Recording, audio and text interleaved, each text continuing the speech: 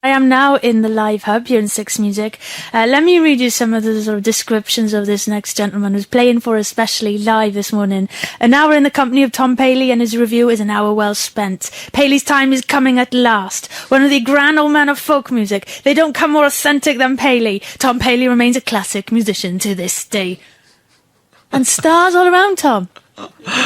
Well, it all sounds a little bit over the top somehow, but well, of course, I mean, I'm not one of the originals in the sense of really being from the country where the music, out in the country where the music really grew.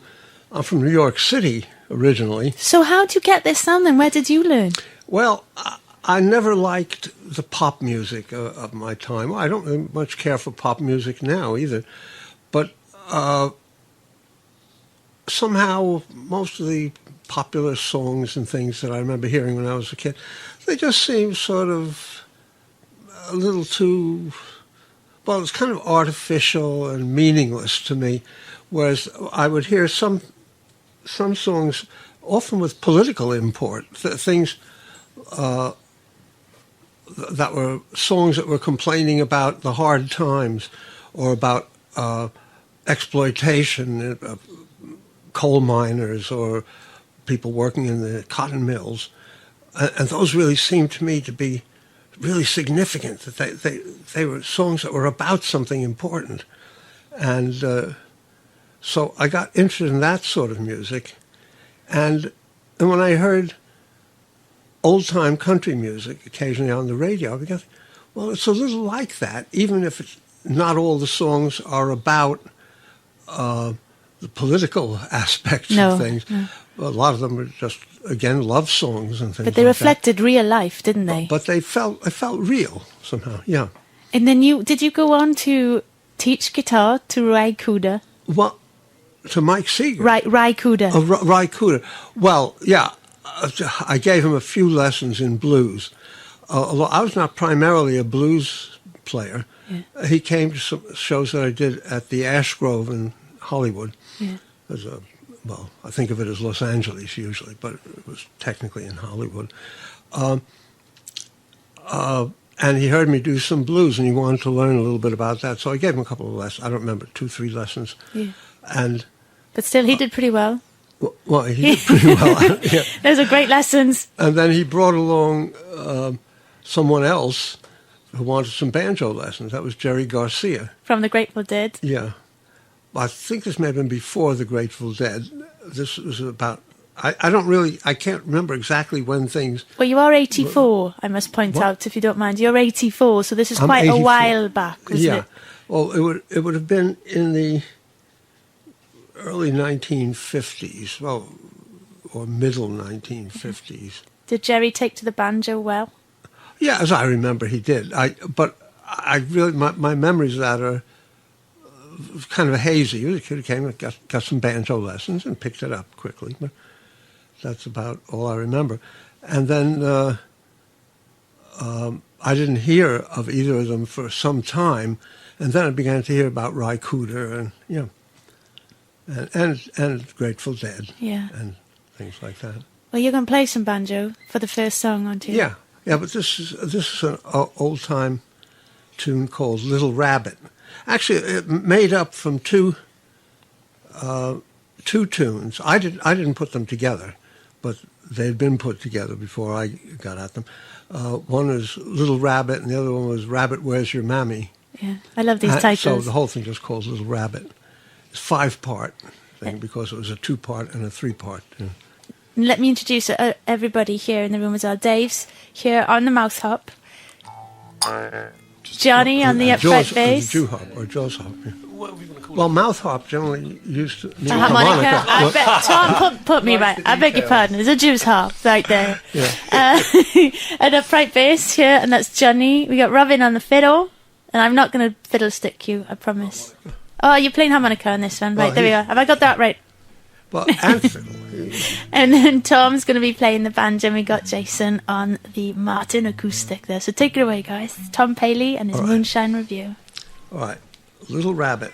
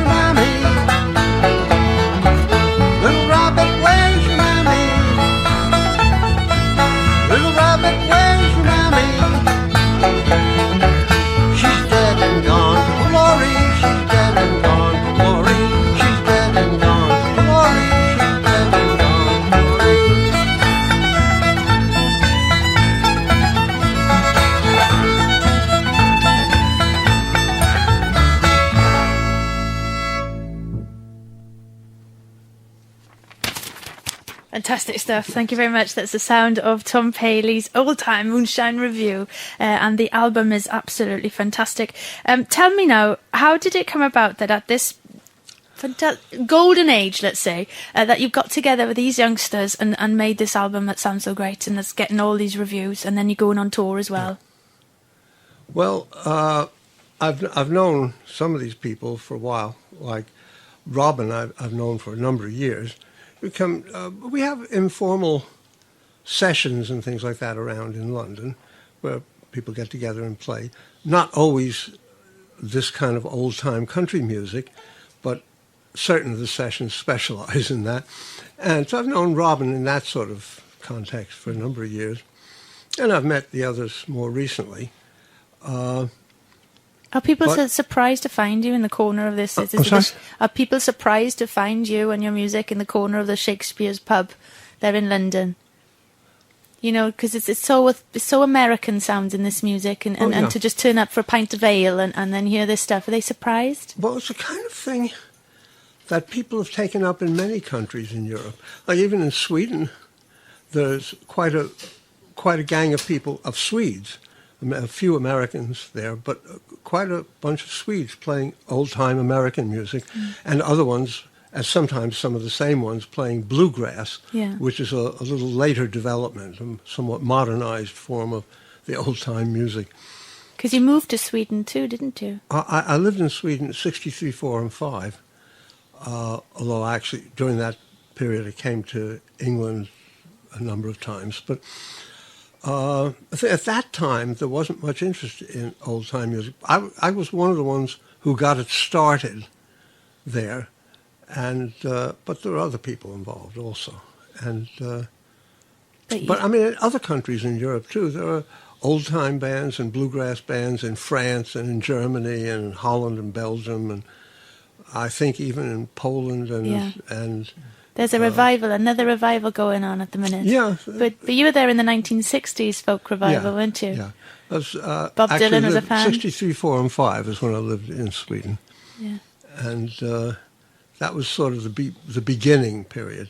Yeah. I can't say I'm solely responsible for it, but I was involved in it right from the beginning. But then you ended up settling in London. You've been here for over 30 years. Yeah, well, quite a while. Yes.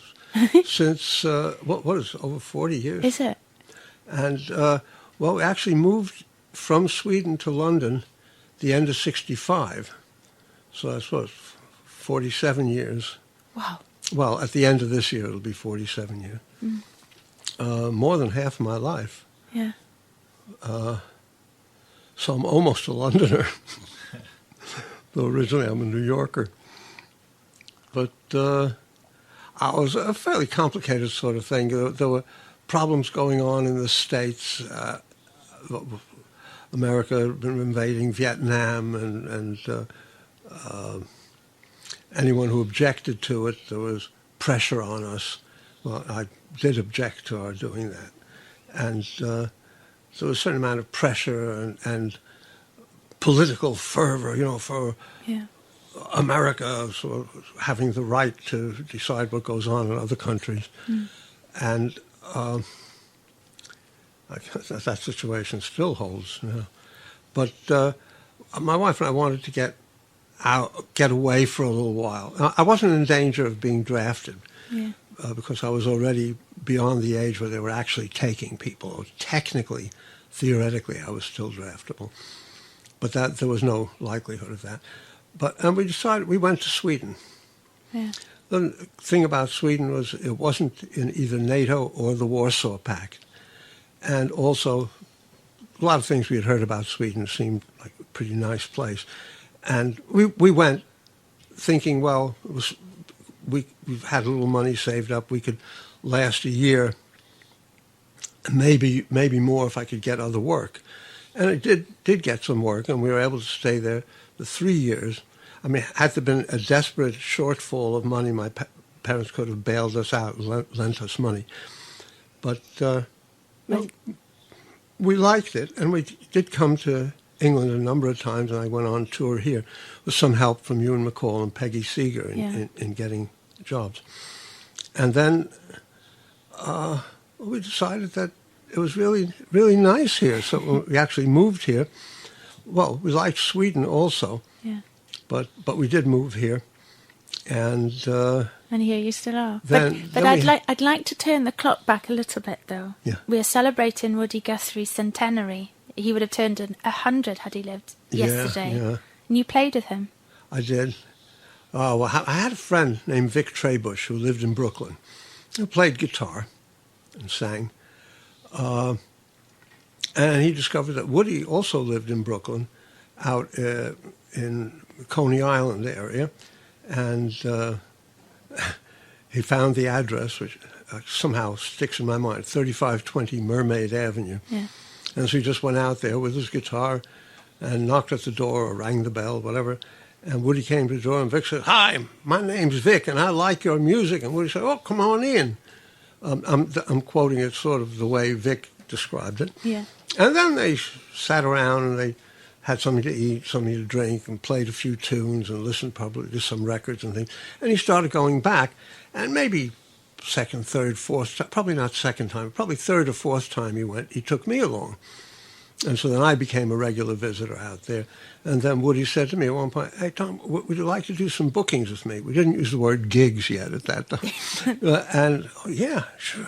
For me, although Woody hadn't become generally known to the public as a whole, in our circle, he was a big name. And, oh, yes, I was really What was interested. he like as a person? Well, very informal, and I always liked him. I found him, what do I say, friendly, and also I liked his music and a lot of his views on things, and so I got along with him quite well. Well, I remember some years later, someone I know, a gal named Jolly Smollins, I think actually her name was Josephine, but I'm not even certain about that. But she was always called Jolly. And she and Woody and one or two other people were putting together a group, and Jolly suggested me. And Woody said, "Well, maybe, but Tom plays too fancy." But Woody, he didn't go for fancy playing. He would take a few little runs and a few little hammer-ons or pick-offs or something like that. But he concentrated on the words and the meaning of the song. Because his diction is amazing, isn't it? His diction. Oh, yeah. You can hear pretty much every word.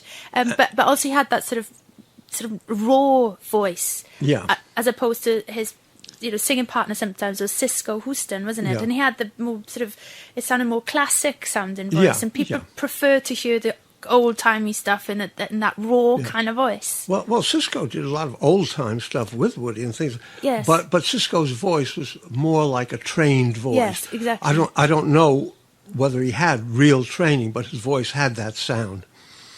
And Woody didn't. And the thing is, with Woody, even despite the fact of Oklahoma accent or something like that, there was very little difficulty following his texts, following his singing, what he was singing. Was he prolific? I mean, did he just pick up the guitar and write in front of you? Because he seemed to have such an outpouring of songs and Well, thoughts. I don't think I ever witnessed him actually writing a song or creating it right then and there, but he did write a lot of songs. And he, I think, had pretty strong feelings in back of those songs too. Yeah. So that he was. And a real good sense of humour. He had quite a good sense of humor, yeah. Although I can't think at the moment of special funny things he did, but yeah, I remember there were various laughs at times, things that happened. Tom, I could ask you questions all day long, but you're here to play music. Oh, so, yeah. I said you're here to play music, so Yeah. I'd love to hear some more music from I you. have to It's put another. down the banjo It's and okay. pick up the guitar. You take your time. It's from the new album, which is out at the moment, and there's a selection of old songs and new songs on it. Songs like Midnight Special, Keep On Truckin' Mama, Sally in the Garden. There's another song, The Morning of 1845, and Green Grow the Lilacs is a lovely version of that. I love that one. But you're going to do my favourite, well, the one that I like playing a lot on the radio. Yeah. Do you want to tell us about this one, Tom? Or you just wanted to get Horse ready? Named Bill. Yeah. Well, it's a crazy little song. I think you like your crazy lyrics, don't you? There's a line about that lady that does it like rabbits, so I'd like to get to know her. That's one of my favourites. That's one of yours, isn't it? What?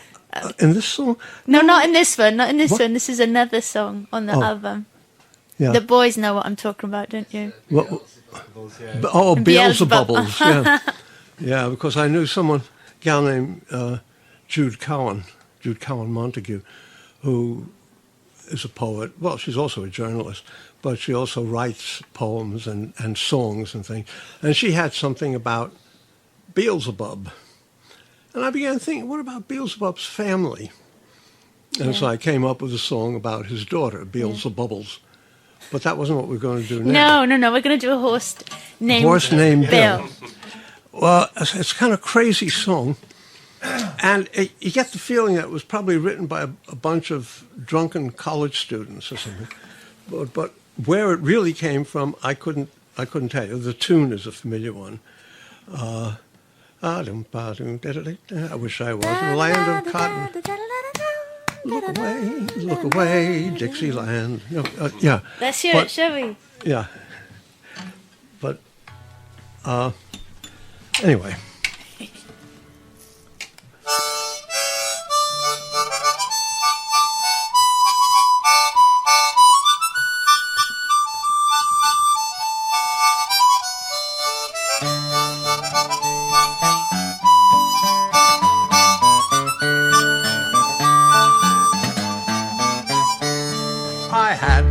And his name was Bill. When he ran, he couldn't stand still. He ran away one day, and also I ran with him. He ran so fast he could not stop. He ran into a barber shop and fell exhaustionized with his eye teeth in the barber's left shoulder.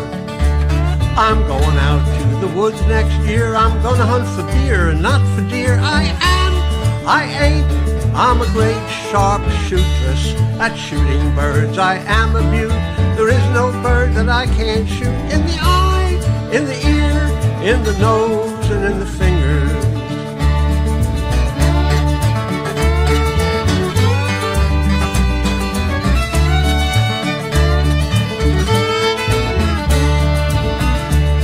I went up in a balloon so big, the people on earth, they looked like a pig, like a dog, like a mouse, like fleas and like flies.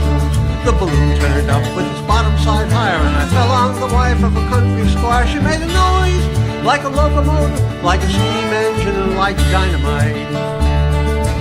Had a girl, and her name was Daisy. When she sang, the cat went crazy with delirium, St. Vitus's, and all such cataleptics. One day she sang a song about a man who turned himself inside out, and he jumped into the river. He was so very sleepy.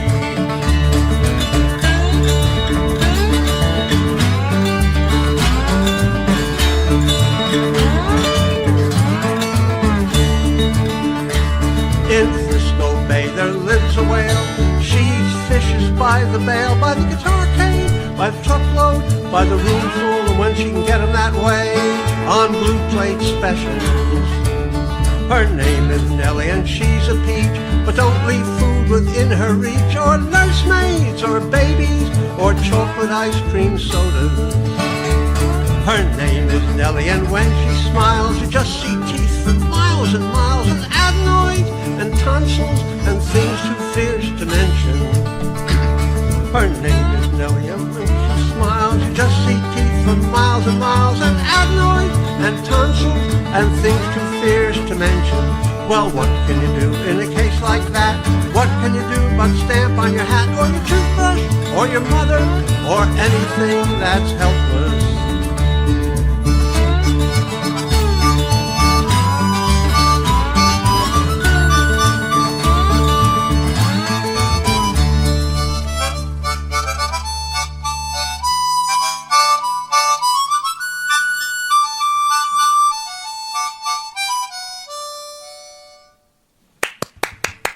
Thank you very, very, very much.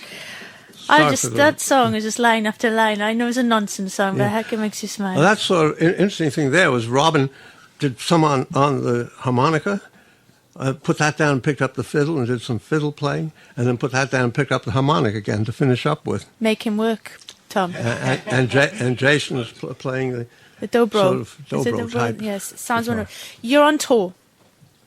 You're on tour. You've got a big tour lined up in September. Yeah. And you've also got a show next Wednesday, the 25th of July. Is that next Wednesday? Well, anyway, the 25th of July, you're playing in London in the Old Queen's Head. And there's a big tour going. Are you all going to go on tour? Is this a big tour around the country? Well, it's going to be, yeah. On some of the things, my son Ben will be along. On some of the things, not. So the personnel will vary a bit. I'm supposed to be there on all of them. And you'll be telling stories between the songs. You know what I love? If you go and see Tom and the crew playing, Tom will be singing the songs. And some of these folk songs have many, many verses. And sometimes you might remember them all. Sometimes you might do a variation. Sometimes you might. Yeah. And so to end the song, to warn everybody about the ending of the song, you raise your foot. Oh yeah, well that's not just us.